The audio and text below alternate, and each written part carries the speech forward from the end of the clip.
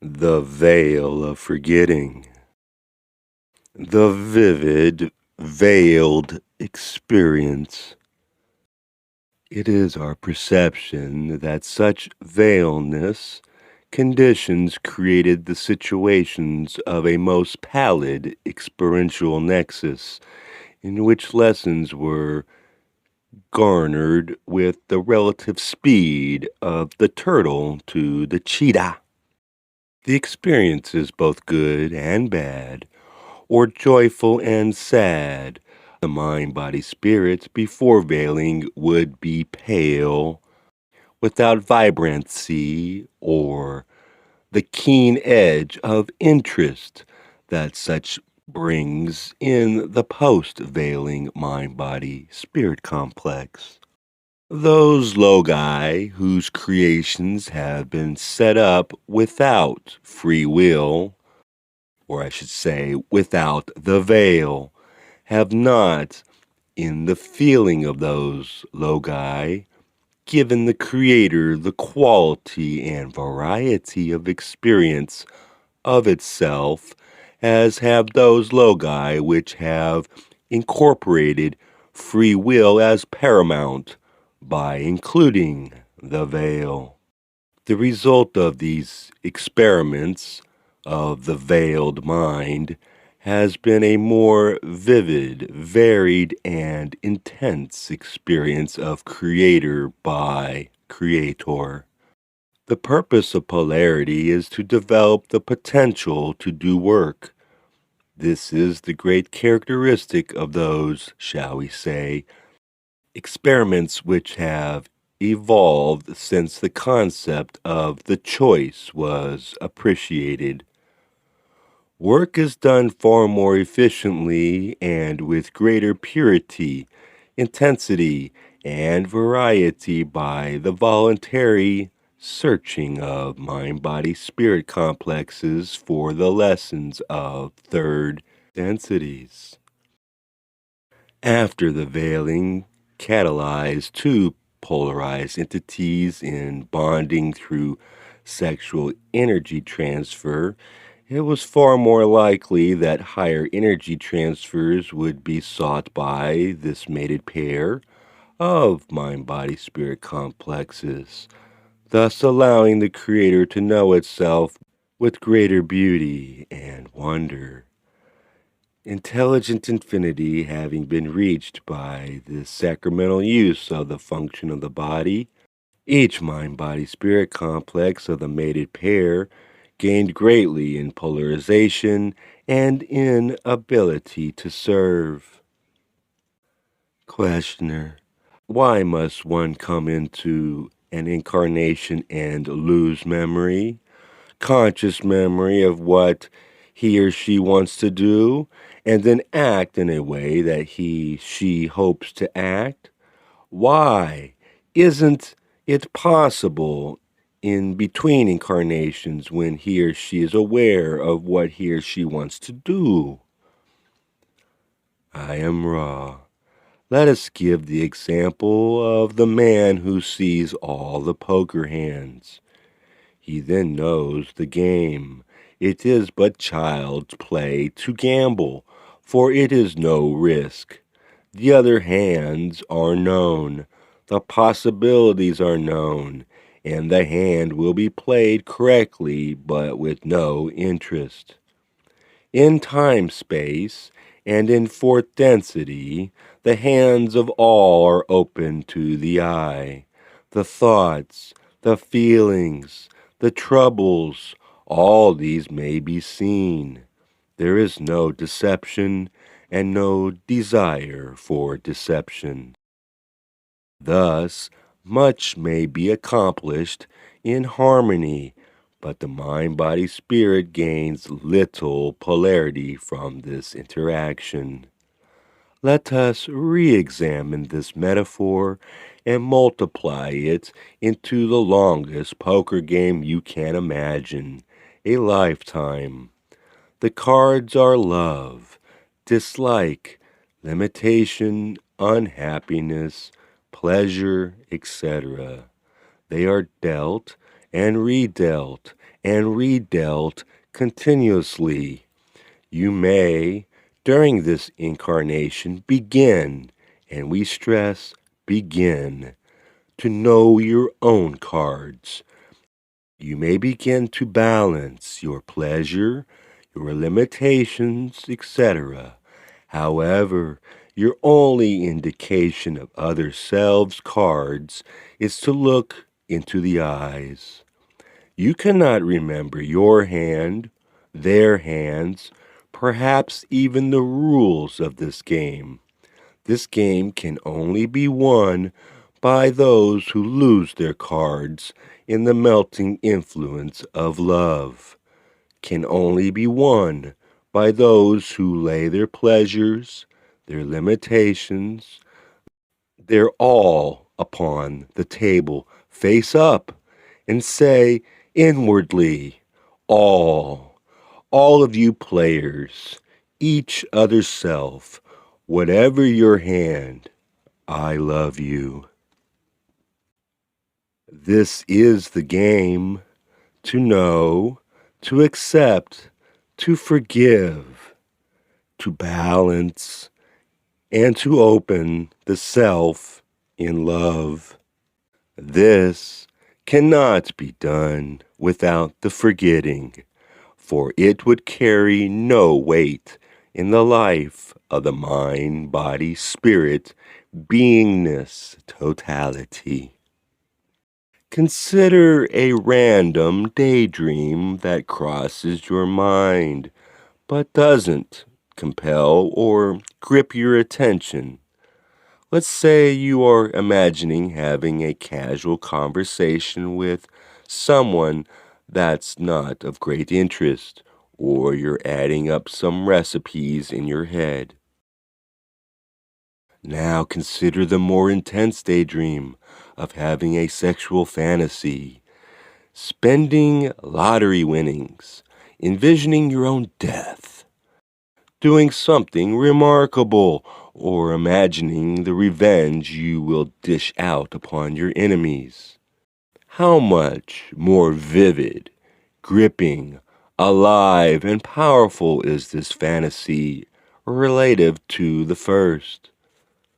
This fantasy draws you in, makes you forget your surroundings, fully immerses you into its world, even causes psychological changes and emotions to spike in proportion to the intensity of the fantasy. Now imagine the greatest daydream of all, third density. In this density, we are so thoroughly, so completely mesmerized by this experience that we seem to lose touch with the Creator, to the extent that a lifetime of materialism becomes a justifiable, palpable reality. We experience profound pain, trauma, and tears. We sink into agony over loss and limitation. We shout with joy and triumph, success or realization. We bounce with elation when something is gained or suffering is alleviated.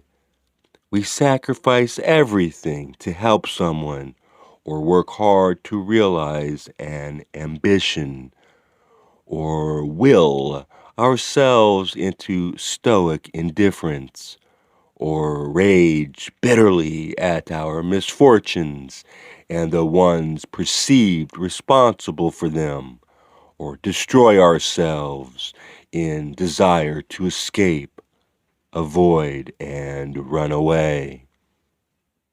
How passionately we assign permanence and meaning to these manifestations of the One. How intensely we cling to the illusion of separation and suffering.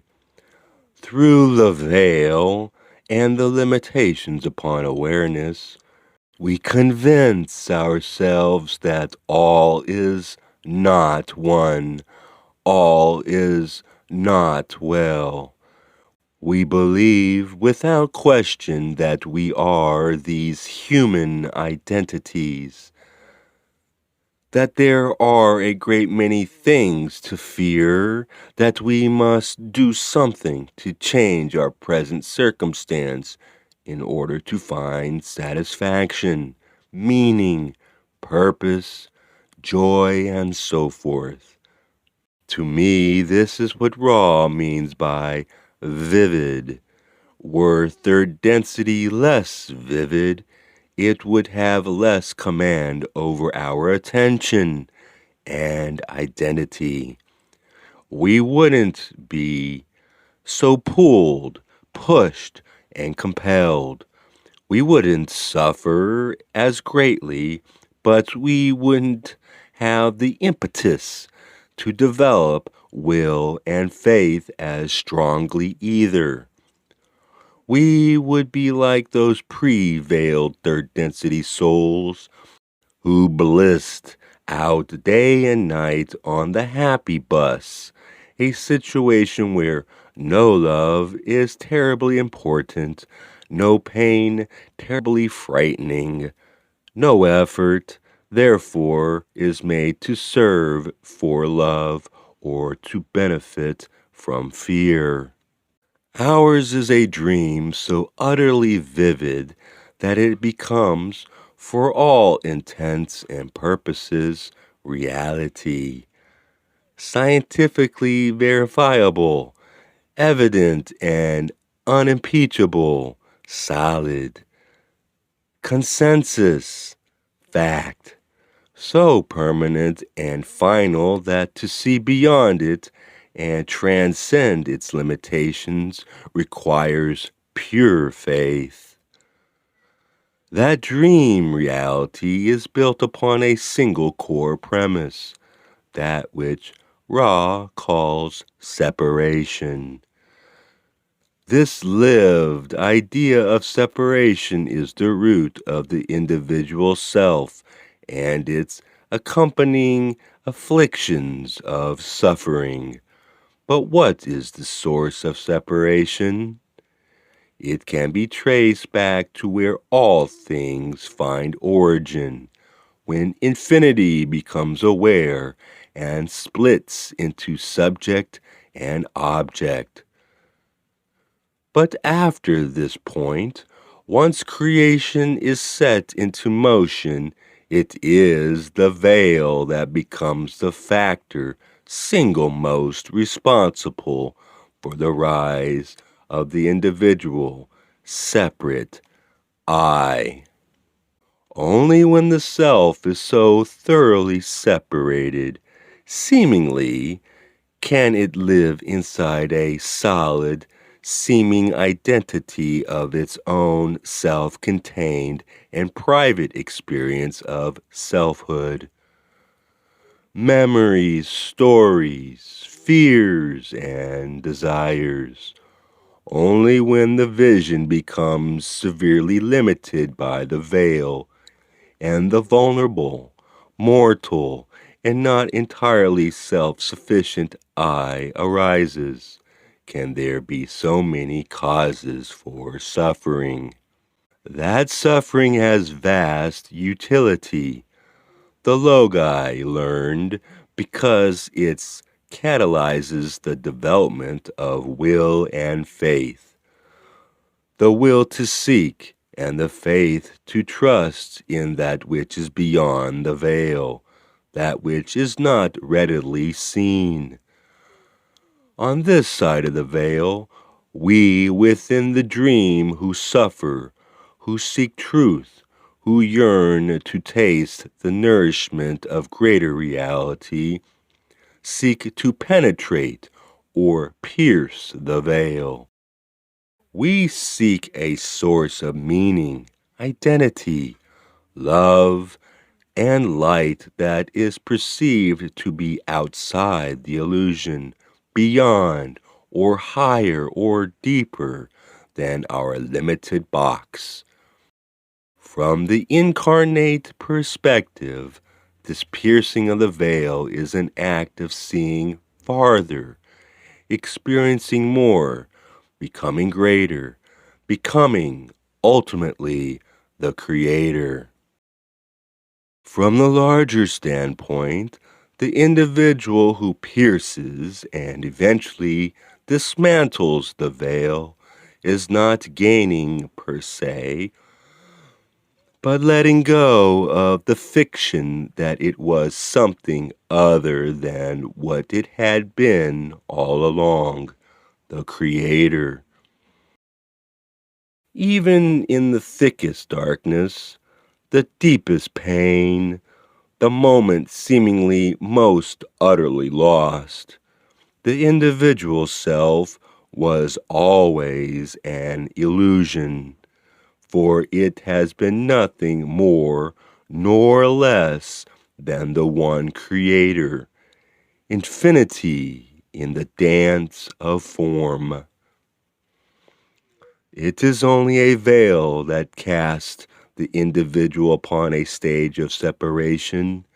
Its piercing and progressive lifting is that which provides we characters upon that stage the most sublime experience of revelation as we discover and rediscover who and what we really are.